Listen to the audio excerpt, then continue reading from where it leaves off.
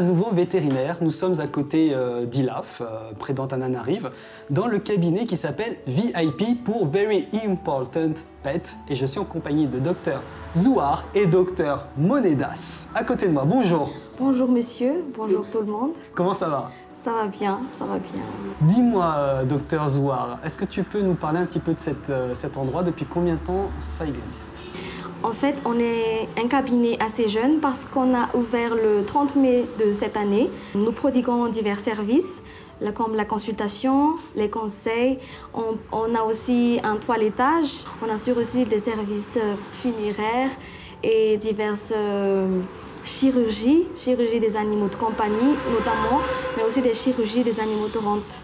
On est un cabinet mixte. On n'assure pas seulement les animaux de compagnie ou les nouveaux animaux de compagnie, mais il y a aussi les animaux de rente comme les bovins, les porcins, les caprins et tout, les lagomorphes aussi. Vous l'aurez compris, ici on soigne tous les animaux pour tout type de maladie, tout type de problème. Ok, ça c'est acquis, on l'a bien compris, mais ce qui nous intéresserait, c'est de savoir pourquoi tu t'es lancé dans ce métier. Avant d'être vétérinaire, j'étais un éleveur. J'ai des parents qui adorent les animaux. On a un genre de ferme et tout. Et depuis mon enfance, je suis entourée d'animaux. C'est pour ça que de fil en aiguille, j'ai voulu me lancer dans cette carrière houleuse parce qu'on a eu des difficultés à trouver des vétérinaires avant. Et ce fut un problème, surtout pour les animaux de rente, pour les bovins, parce qu'il y avait vraiment trop peu de vétérinaires. Et je me suis dit, pourquoi pas pour aider maman et papa quand on était petits. Et ensuite, c'est devenu une carrière professionnelle proprement dite. C'est devenu une passion. C'est devenu une passion et tout. Mais dis-moi, Dr Zouar, je sais que bon, ça se fait pas, mais je vais quand même le faire. Tu as quel âge? En fait, j'ai 27 ans. Tu as 27 ans, tu es très jeune, très jeune, et tu es déjà à la tête de ton cabinet vétérinaire. Oui, on peut dire ça, oui. Il y a encore des plus jeunes que moi, mais je me suis dit, vaut mieux commencer le plus tôt possible avec toutes les expériences qu'il faut acquérir, mieux vaut commencer tôt.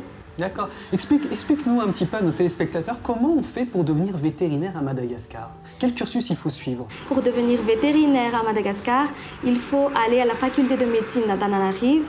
Et à la faculté de médecine, il y a diverses mentions. Il y a la mention médecine humaine, médecine vétérinaire, pharmacie et les paramédicaux. Waouh, mais tu connais tout. J'étais la présidente des étudiants en médecine vétérinaire quand j'étais... Ça explique cela. D'accord. Donc déjà, tu étais déjà esprit entrepreneurial dès la faculté. Déjà, tu prenais les choses en main, c'est toi qui diriges. Et donc, du coup, on fait ce cursus à l'université de médecine Antananarive, plusieurs branches possibles, et il faut prendre la branche. Il faut prendre la mention vétérinaire. La mention vétérinaire, la première année est en tronc commun. On a un tronc commun, mais il y a des matières qu'il faut suivre ensemble avec les autres cursus, mais il y a des matières spécifiques à telle ou telle mention. Et après, il y a un concours pour passer en deuxième année. D'accord. Mais y a-t-il un concours pour rentrer dans cette faculté? Pour rentrer à la faculté, à la faculté en première année, il y a une sélection de dossiers. Il faudrait avoir une mention avec le baccalauréat et avoir des notes élevées en SVT, en mathématiques physiques et en français. Et il y a une sélection de dossiers pour entrer en première année. Et ensuite, il y a par voie de concours, on passe en deuxième année. La mention vétérinaire se situe à un BATP. À l'enceinte de la clinique universitaire vétérinaire, il y a un bâtiment où on accueille tous les étudiants à partir de la deuxième année. Mais comme j'ai dit, la première année est en tronc commun et ça se passe à un cadre avec toutes les autres filières. D'accord, donc là vous avez eu toute la vie de l'université, c'est bon, j'espère que vous avez pris des notes, plus besoin d'aller vous renseigner. Dr Zouar vous a tout dit, mais moi j'aimerais savoir quand même un petit récapitulatif, combien d'années ça prend, combien d'années d'études ça prend pour devenir vétérinaire? Pour les années théoriques, en année théorique ça fait 6 ans, et après il y a une année ou 2 années de pratique. Et à partir de la 6e année, on prépare notre thèse. Et on est thésard alors à partir de la 6e année. Et après, on fait des études pratiques. Et en 6e année, on fait des examens cliniques. Il y a d'abord les examens théoriques. Et on fait une année toute entière de théorie de toutes les matières. Et il y a un examen clinique à la fin. Donc si je comprends bien, en tout, ça prend 7 ans. Ça prend 7 ans. Donc toi, tu es rentré à l'université à 20 ans. Oui.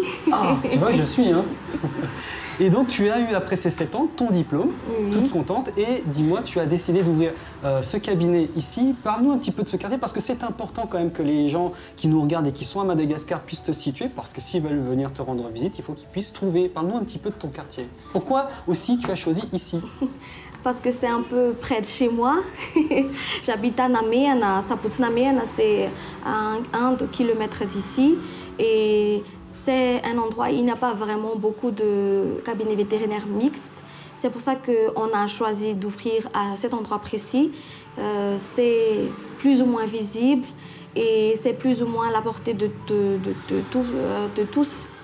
Du point de vue de l'endroit où on se situe. On est en bord de route, donc c'est bord très de visible, route avec et un tout. espace pour se garer juste devant, très Oui, pratique. oui, très pratique Nous aussi. couvrons toute la partie d'ILAF, en fait, hein, c'est ça. Pour ceux qui connaissent un petit peu ILAF, Cadical ILAF, tout ça. Dis-nous un petit peu le nom exact de ton quartier, parce que je serais incapable de le prononcer. C'est un Ndombutani. Un Ndombutani. Oui, un C'était facile Ndombutani, un pour toi. Kadkel, ça va, un Ndombutani, un Kadkel. Certaines personnes aussi appellent ce quartier un Ndombutani Saputsnamien.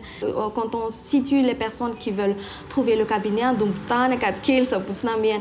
En fait, c'est une frontière parce que Saputsnamien, c'est juste il est à quelques mètres et un Kadkel, c'est juste à quelques mètres. Voilà, vous savez donc tout ce qu'il faut savoir pour venir rendre visite à Dr Zouar et son camarade. Vous n'avez plus d'excuses. Parle-nous un petit peu justement de ce que tu soignes, un petit peu en termes d'animaux de compagnie. En termes d'animaux de compagnie, on soigne des chiens et des chats. Il y a aussi les nouveaux animaux de compagnie, comme les lapins et quelques tortues. Il n'y a pas encore eu de serpent jusqu'ici. Il y a beaucoup de personnes qui ont des serpents à Madagascar. Oui, oui, il y en a vraiment beaucoup. Beaucoup, oui. Il y en a Mais beaucoup. des boas, parce que moi j'ai vu un boa, c'est au Monson, à l'époque où j'étais jeune et que je sortais encore. Oui, oui, des boas, il y a des personnes qui possèdent des serpents.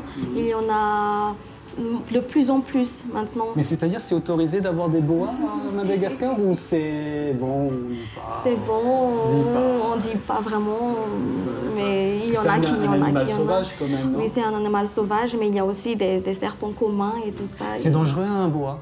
Ça peut mordre, Ça peut mordre, mais seulement si elle est attaquée. un petit peu comme un chien en fait. Oui, oui. Donc c'est pas plus dangereux qu'un chien, tu veux me Non, dire. non, non. Mais il peut y Il n'y a pas trembler, de... la strangulation, Oui, tout oui, ça. non la strangulation. Il n'y a pas vraiment de serpent vénéneux à Madagascar, D'accord.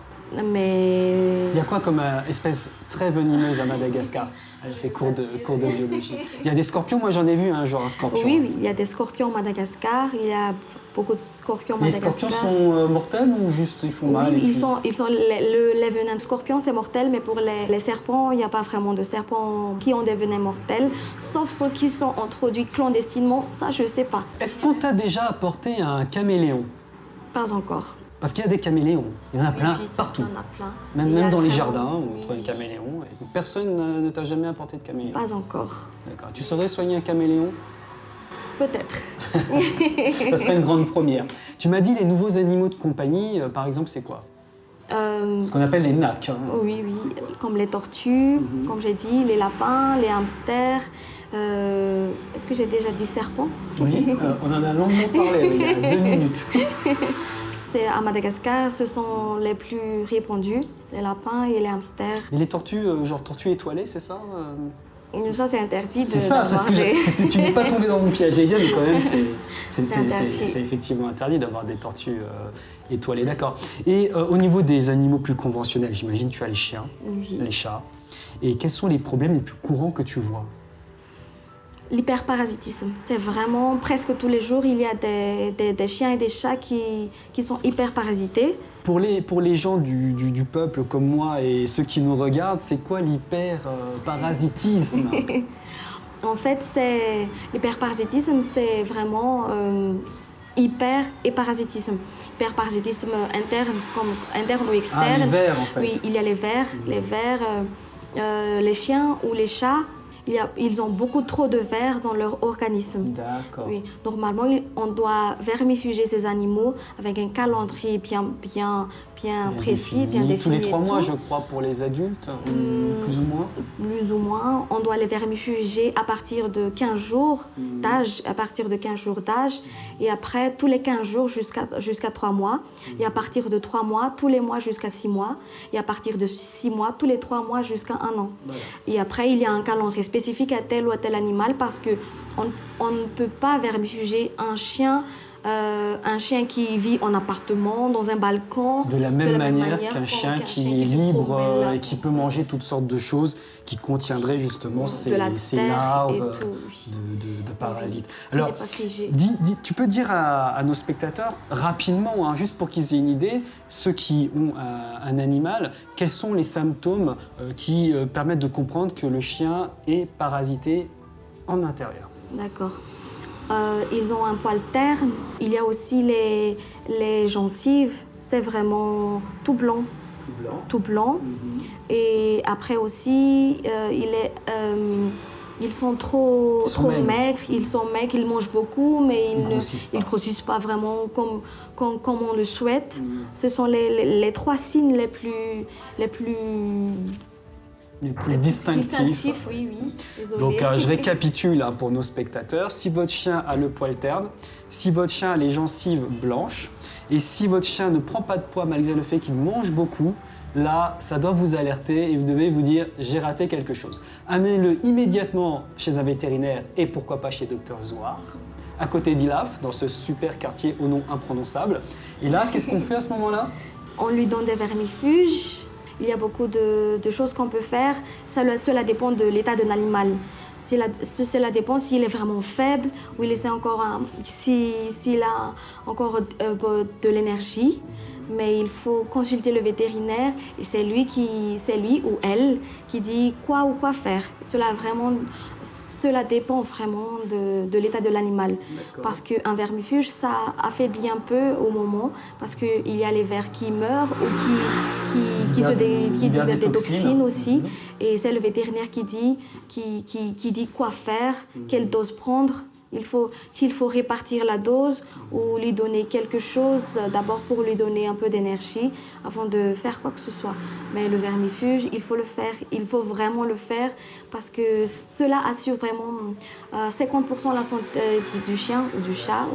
Alors, tu vois, moi, je pense à toutes les personnes qui nous regardent, qui ont des animaux, mais qui n'ont pas forcément l'habitude d'aller voir un vétérinaire encore, et qui se disent peut-être, voilà, vermifuger, c'est bien, c'est dans l'intérêt de mon chien, mais peut-être que j'ai pas les moyens. Et moi, j'ai envie de parler à ces gens-là et de te demander justement combien ça coûte. Un traitement de base, voilà, pour que les gens se disent peut-être finalement c'est abordable. Oui, les vermifuges dépendent essentiellement du poids, de la masse de l'animal. Un chien habituel, un chien commun, un Nalikagas à 20-25 kg. On peut avoir un vermifuge même à partir de 2000 arrières, mais il y a des vermifuges à 40, 50 à 120 000 arrières, comme le Bravecto, qui est cher mais très efficace. Mais comme on dit, il y a toujours une solution à tout. Vous pouvez amener votre chien chez votre vétérinaire qui vous conseillera à donner tel ou tel vermifuge selon vos budgets. Il y a toujours une solution. Donc en fait, voilà, vous n'avez encore une fois plus d'excuses puisqu'on peut démarrer avec 2000 arias. Alors 2000 arias pour nos amis qui nous regardent d'Europe, ça fait même pas 50 centimes d'euros. Et les plus chers, donc on a dit 40 000, 90 000, voire 100 000 arias, c'est 10 ou 20 euros. Voilà. Donc, on a vu pour les vers et le parasitage, je pense aussi de la peau, les champignons, les puces. Les puces, les tiques. Les tiques, donc ça c'est quelque chose que vous voyez couramment. Oui, aussi. Dis-nous, est-ce que tu as déjà fait opérer un animal ici, fait une chirurgie ici? Oui, on a déjà eu pas mal de chirurgies. On a eu des chirurgies d'ablation mammaire. Il y a des ovaires. Pourquoi Il y a eu la chienne a eu une tumeur mammaire. On a eu 2, 3 ablation de tumeur mammaire, je crois déjà. Le chien a survécu Oui, ils ont tous survécu. Jusqu'ici, les chiens ont survécu parce qu'on fait aussi des suivis. Donc tu as ouvert le 30 mars, hein, tu m'as dit? Non, le 30 mai. 30 mai, Le donc 30 depuis mai. mai, ils sont toujours là parmi nous. Ils sont toujours bien vivants jusqu'à maintenant. On fait vraiment des suivis des chiens. Les propriétaires appellent aussi pour donner des nouvelles parce que c'est aussi une des choses qu'on demande aussi aux propriétaires de nous faire un peu de feedback par rapport à ce que l'on a fait pour corriger ce qui n'est pas vraiment efficace et pour des feedbacks, quoi. D'accord. Oui, on a aussi des, comme vous avez dit. Tu peux me vous voyez si tu veux. On a aussi couramment des ovariohystérectomies.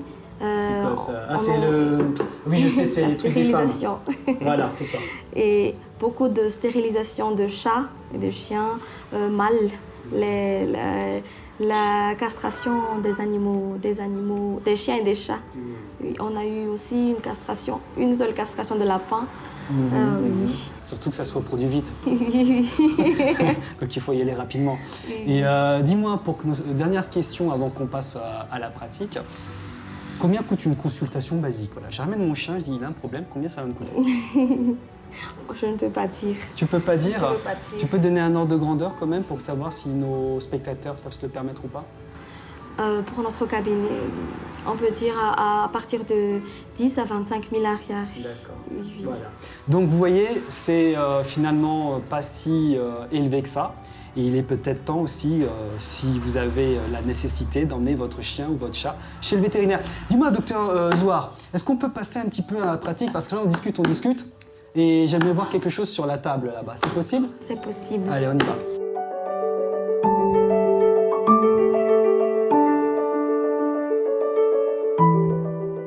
Docteur Zouar, nous sommes en compagnie de Fitou, Fitou. Et Fitou est une femelle Amstaff, un staff de 13 ans. 13 ans, donc assez âgée. Hein. C'est âgé. Savoir Oui. pour ceux qui nous regardent et qui ne savent pas un peu les âges, donc c'est très âgé. D'ailleurs, ça se voit, elle est un petit peu, voilà. Et quel est le problème avec cette chienne? Elle a une infection à l'œil due à une bagarre et elle est vraiment, son œil est très infecté. Et c'est pour ça qu'elle est venue au cabinet pour soigner son œil. D'accord. Alors comment ça se passe? Comment tu peux soigner ce genre de choses? Il faut d'abord ausculter. Avant tout, quand on consulte un animal, même si l'animal vient pour son œil, on doit tout consulter. Tout est compris dans la consultation, bien sûr. On consulte de la tête aux pieds. Et après, on se concentre sur l'affection principale. Et là, c'est son œil. Comme vous le voyez, c'est vraiment très rouge. Il y a vraiment un trou vraiment béant dans son œil. Et on va nettoyer d'abord. On va faire une petite anesthésie pour qu'elle ne sente rien. Et on va ausculter, on va déterminer ensuite ce qu'on va faire allant de quelques médicaments de tel ou tel jour ou d'une ablation. Cela dépend vraiment de l'état d'un animal aussi. Mais là, très clairement, elle va perdre la vue de son œil gauche. Hein, Oui. Vu l'état de Elle l'a déjà perdu. Oui. Mais il ne faut pas que ça s'infecte trop. En plus, elle est vieille, elle est âgée et il faut limiter les douleurs, la douleur surtout au niveau de son œil. Et c'est pour ça qu'on doit aviser vite pour que ça ne se dégrade pas et que ça passe au niveau général. Oui, une infection généralisée. Oui. Il ne faut pas, dès que l'animal entre au cabinet, il ne faut pas toucher tout de suite l'animal. Il faut que l'animal soit en confiance, il ne faut pas avoir peur non plus, pas trop peur, mais il faut que l'animal sente que vous n'allez pas lui faire de mal et il faut laisser l'animal venir à vous.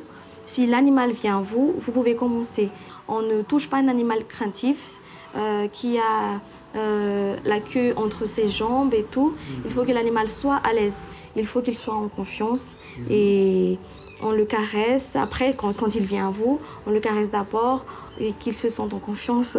Donc il faut être très doux, patient. Il faut être très très patient aussi avec les animaux. Donc c'est pas on pose l'animal, on fait les choses, non, il faut qu'il y ait un lien qui se crée quand même avec le vétérinaire. Il y a un lien, oui, oui. Donc ça prend du temps. Ça prend du temps, il faut avoir de la patience, il faut que le propriétaire soit patient parce que ce n'est pas un travail à la va-vite. On ne fait pas, il entre et on le touche et c'est fini. C'est pas comme un être humain, ça prend 5 minutes et hop, tu repars avec tes trucs. Parce qu'il ne parle pas, même s'il y a le propriétaire, l'animal ne parle pas. Normalement, la personne va chez le vétérinaire parce que son animal n'est pas comme d'habitude. Et pas comme d'habitude, cela ne veut pas dire là j'ai mal au pied. Il faut consulter, peut-être là Phyto peut avoir une infection à l'œil, mais il y a peut-être quelque chose aussi qui lui fait mal, mais c'est seulement la partie visible de l'iceberg. Surtout que les animaux sont très résistants, beaucoup plus que l'homme, donc ils vont peut-être avoir un problème, mais ils vont pas le signaler, ils vont même pas forcément se plaindre. Oui, oui. Est-ce que tu aurais un conseil, par exemple, pour une personne qui ferait face à un animal agressif, quelle est la meilleure attitude à adopter? Il ne faut, comme je l'ai dit tout à l'heure, il ne faut pas tout de suite s'approcher de l'animal. Est-ce qu'on peut partir en courant? Non plus. Non, faut pas partir en courant. Ne partez pas en courant. Attention, parce qu'il va vous poursuivre en fait. C'est dans son instinct. C'est dans son instinct. Il va, soit c'est l'attaquant, soit c'est l'attaqué. Et il faudrait être calme. Il ne faut pas donner à l'animal une raison d'attaquer. On reste là et on reste calme. Est-ce qu'on le regarde ou est-ce qu'on fait genre je le regarde pas? Comment ça se passe? Vous pouvez le regarder, oui, mais pas avec un regard craintif ou un regard... Ni agressif, un regard neutre, genre oui, je t'ai vu, regard neutre, mais bon, tu m'inquiètes pas, oui, t'as on pas a tous les dans moi, notre espace voilà, vital et tu tout. es là-bas, je suis là-bas, moi je suis là. Et si vous voulez faire des gestes amicaux, il faut, comme je l'ai dit, qu'il le fasse en premier, pas l'inverse. Donc il ne faut pas aller vers lui en tendant la main, par exemple. Oui, vous pouvez comme ça, vous pouvez faire comme ça. Et si lui, il s'approche, vous pouvez faire le deuxième pas. Et il faut que l'animal fasse le premier pas. Là, il est en confiance et il se dit, d'accord, je viens. Et là, vous dites, moi aussi, je suis en confiance, je viens. Mais pas l'inverse. Et il ne faut pas le toucher là où il ne voit pas. Il faut mettre votre main ici, là où il le voit, là où il peut renifler, mais pas tout de suite mettre la main ici ou là où il ne peut pas voir. Justement, ça paraît un petit peu contre-intuitif, puisque les gens se diraient « je ne vais pas mettre ma main devant sa gueule ». Parce qu'il pourrait me la mordre. Alors au contraire, c'est ça qu'il faut faire doucement. Doucement, avec une certaine distance, pas tout de suite en bas, comme ça. Et si ça se passe mal, de toute façon, vous le verrez. Oui. Là, vous vous direz, bon, je vais ranger ma main avant qu'il n'y en ait plus. Moi, je vois quand même beaucoup de vétérinaires qui se lancent en ce moment. Je vois quand même un gain dans l'intérêt de ce métier. Je vois aussi beaucoup plus de gens qui s'intéressent aux chiens. Comment toi, tu juges l'état actuel de la cause animale à Madagascar? Depuis 5 ou 10 ans, le taux de pénétration des propriétaires à emmener leurs animaux chez le vétérinaire a considérablement augmenté ces dernières années. Comme vous avez dit, il y a de plus en plus de vétérinaires, de cabinets vétérinaires ou de cliniques qui ont ouvert ces 5 ou 10 ans. Et c'est pour ça qu'il y a vraiment beaucoup de personnes qui sont enclins à aller chez le vétérinaire quand leurs animaux sont malades ou pas pour faire les vaccins. Donc il y a une évolution positive. Oui, il y a une évolution positive. Les gens vermifugent plus souvent, oui. Les gens se soucient des vaccins aussi, puisqu'ils se rendent compte peut-être que quand on ne vaccine pas, les chiens peuvent mourir, ou les chats peuvent mourir. Et donc c'est finalement très positif, on va dans le bon sens. On va vraiment dans le bon sens. Et une des raisons aussi de cette évolution positive, c'est l'ouverture de la faculté, de la mention vétérinaire au niveau de la faculté de médecine, parce que cela fait maintenant juste 20 ans que la mention a été ouverte. C'est long quand même, 20 ans. Oui, mais c'est assez récent par rapport aux autres pays qui ont déjà eu des facultés vétérinaires depuis 50 ou au-delà, 80 ans. D'accord, c'est récent dans l'échelle du pays. Oui, dans l'échelle du pays. Et il y a vraiment beaucoup de jeunes vétérinaires qui ouvrent des cabinets vétérinaires. Il y a beaucoup de jeunes vétérinaires qui osent Se lancer. Qui osent se lancer. Avec du courage. Oui, Et dis-moi, comment ça se passe pour toi aujourd'hui de manière générale? Comment tu te vois dans 5 ans? D'accord. C'est comme un entretien d'embauche. Dans 5 ans, on ne prévoit pas de fermer le cabinet quand même. Encore heureux. Moi, j'aurais préféré que tu dises on prévoit d'ouvrir d'autres cabinets. Oui, mais déjà, bien au moins, on ne sûr. prévoit pas de le faire, mais c'est déjà une bonne étape. Oui, on prévoit d'ouvrir dans un futur proche ou assez éloigné, d'offrir des annexes avec plus de possibilités, plus de services, plus de matériaux. Il y a des généreux donateurs qui nous encouragent. Et qui vous donnent de l'argent? Pas vraiment de l'argent, mais de la sympathie, du soutien. Des matériels comme des échographes, oui, des matériels de radiographie et tout ça, des microscopes. Il y a des généreux donateurs qui veulent nous aider dans tout ça. Et comme vous avez dit, dans 5 ans, on voudrait ouvrir, il n'y en a vraiment pas beaucoup, des laboratoires de diagnostic vétérinaire qui traitent de tout, allant de la virologie, de bactériologie et tout. Donc si je comprends bien, toi tu souhaites dans 5 ans, 10 ans que les choses se modernisent, qu'il y ait plus de soins possibles, plus d'analyses possibles, plus de matériel, grâce notamment à ces généreux donateurs. Oui, elle vous remercie. Et donc c'est comme ça que toi tu vas à Madagascar. C'est un Madagascar positif pour les animaux. Oui, avec les efforts personnels de chacun, de chaque... Si chacun fait un effort. Un effort, oui. Chacun fait un effort. Tout va bien aller, tout va aller dans le positif et on l'espère et on travaille énormément sur ça aussi. Et bien voilà, c'est sur ces notes ultra positives de Dr Zouar du cabinet VIP à côté de ILAF que nous allons terminer ce reportage. On vous remercie et à bientôt. À bientôt et venez nombreux. Venez nombreux, les coordonnées s'affichent.